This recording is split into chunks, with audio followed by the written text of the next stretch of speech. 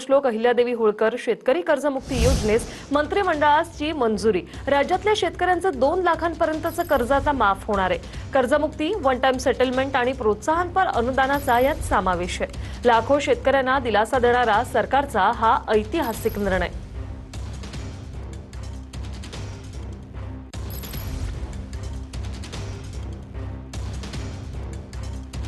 पुण्यश्लोक अहिल्यादेवी होळकर शेतकरी कर्जमुक्ती योजनेला कॅबिनेटमध्ये मंजुरी देण्यात आली। बैठकीच्या अध्यक्षस्थानी मुख्यमंत्री फडणवीस होते। योजनेत जमीन धारणेचा निकष नसेल, 2 लाख रुपयांपर्यंत कर्जमाफी असेल।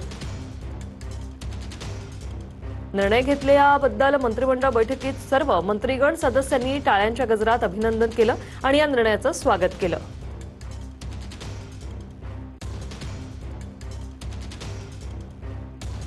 शेतकऱ्यांना 2 लाखांवरील थकबाकी 31 मार्च 2027 पूर्वी भरल्यास मुदत देण्यात येईल। प्रोत्साहनपर लाभ योजनेत कर्जाची नियमित परतफेड करणाऱ्या शेतकऱ्यांना 50,000 पर्यंत प्रोत्साहन अनुदान। या योजनेत राजकीय पदाधिकारी, सरकारी कर्मचारी, आयकर पात्र व्यक्ती, 25,000हून अधिक वेतन असलेले कर्मचारी पात्र नसतील।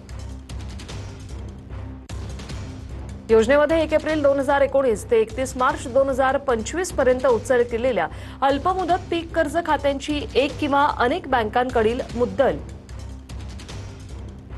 आणि व्याजासह 30 सप्टेंबर 2025 ला थकीत असलेली आणि 31 मार्च 2026 पर्यंत परतफेड न झालेली एकत्रित थकबाकी 2 लाखांपेक्षा जास्त असेल।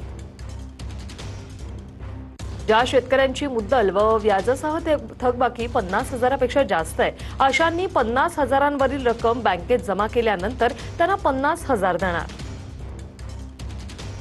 योजनेमध्ये शेतकऱ्यांना त्यांच्या हिश्श्याची 50,000वरील रक्कम बँकेमध्ये जमा करण्यासाठी देखील 31 मार्च 2027 पर्यंत मुदत आहे।